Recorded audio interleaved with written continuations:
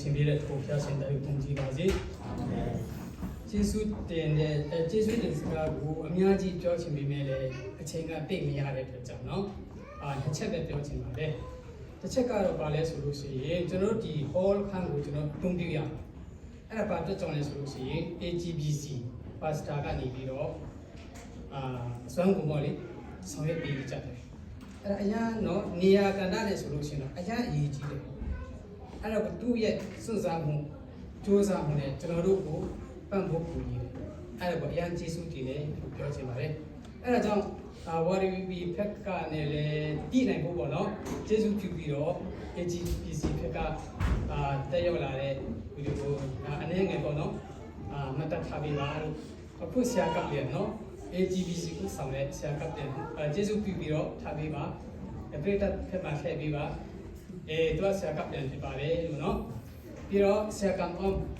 ပြီဆရာကကိုလည်းအခုဆောင်တဲ့ဆရာဖြစ်ပါတယ်လို့နော်ပြီးတော့တင်းထောက်ကျေးဇူးပြုပြီးတော့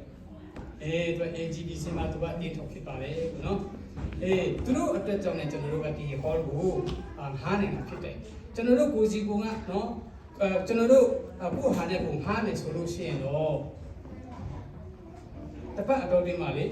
လုံးဝမရနိုင်ဘူးရနိုင်တာကဘုရားကျေးဇူးတော်ကြောင့်ပဲသူတို့လည်းဘုရားသခင်ရဲ့နာမတော်ကိုထောက်ဆုခြင်းအားဖြင့်စ조사ပြီးကြတဲ့အတွက်ကြောင့်အထူးကျေးဇူးတင်တဲ့အကြောင်းကိုပြောချင်ပါတယ်နောက်တစ်ချက်ကအတင်းတော်နဲ့ပတ်သက်တဲ့အခါမှာနော်အတင်းတော်နဲ့ပတ်သက်တဲ့အခါမှာကျေးဇူးတင်စကားပြောချင်ပါတယ်ဒီအစစ်ဖက်မှာအတင်းတော်ဖြစ်ပေါ်လာဖို့အတွက်ဆုတောင်းတဲ့အခွင့်ရှိတယ်ဆုတောင်းကြတဲ့အခါမှာနော်အမျိုးသမီးတွေပေါ့ကျွန်တော်မိသားစုအတင်းတော်မိသားစုအတင်းတော်လို့ပြောတဲ့အခါမှာမယ်ထွန်ပါတယ်ဘော်ရဘီပါတယ်ဒီအစစ်ဖက်လည်းပါတယ်ကျွန်တော်တို့ဆုတောင်းတာနော်အမျိုးသမီးပိုင်းဆိုင်ရာဆုတောင်းကြတဲ့အခါမှာဘယ်နှစ်လကြာတယ်လဲဆိုတာကတော့ကျွန်တော်တို့အတိပါပဲနော်အရင်ကြာတာအကြံကြီးပဲဆုတောင်းကြတယ် hit နဲ့ချီမှဆုတောင်းကြတယ်ပြီးတော့ကျွန်တော်တို့ထဲမှာဟုတ်ဘူး USA ဘက်မှာရှိတဲ့ Mission Church တွေအားလုံးကလေဆုတောင်းပေးကြတယ်ဘယ်နှစ်လကြာတယ်လဲဆိုတာကိုကျွန်တော်ပြောချင်ဒါ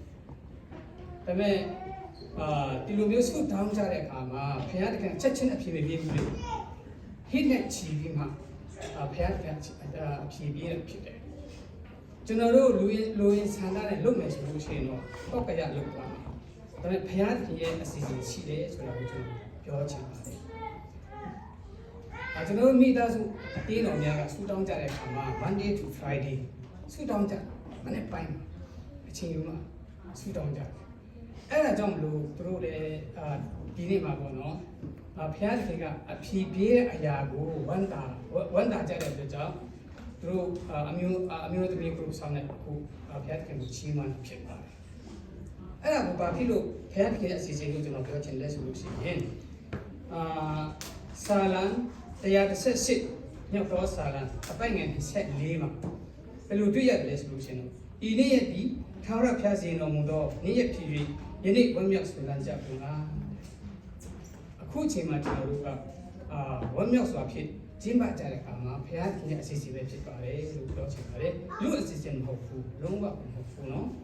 ဘုရားသခင်ရဲ့အစီအစဉ်ဖြစ်တယ်တချို့လူတွေကဆုတောင်းချက်မပါဘူးလေမပါဘဲနဲ့အဒင်းတော်တွေကိုဖွင့်လှစ်နေကြတယ်အဲ့ဒါနဲ့စာကြည့်မယ်ဆိုလို့ရှိရင်တော့ကျွန်တော်တို့ကဆုတောင်းတာကဟစ်နဲ့ချီလာဘုရားသခင်ကဒီနေ့မှာပဲအဖြေပြကြတယ်ဆိုတာကိုကျွန်တော်ပြောချင်တာဖြစ်ပါတယ်ပြီးတော့ကျွန်တော်ပြောချင်တာအများကြီးရှိပေမဲ့လည်းနော်အချိန်ကမလောက်တဲ့အတွက်ကြောင့်ဒီလောက်နဲ့ပဲကျွန်တော်ပြောချင်ပါတယ်အားလုံးကိုကျေးဇူးတင်ပါတယ်ကျန်တာပြောစီတိုင်းဖျားစင်ကောင်းကြည့်ပေးပါစေ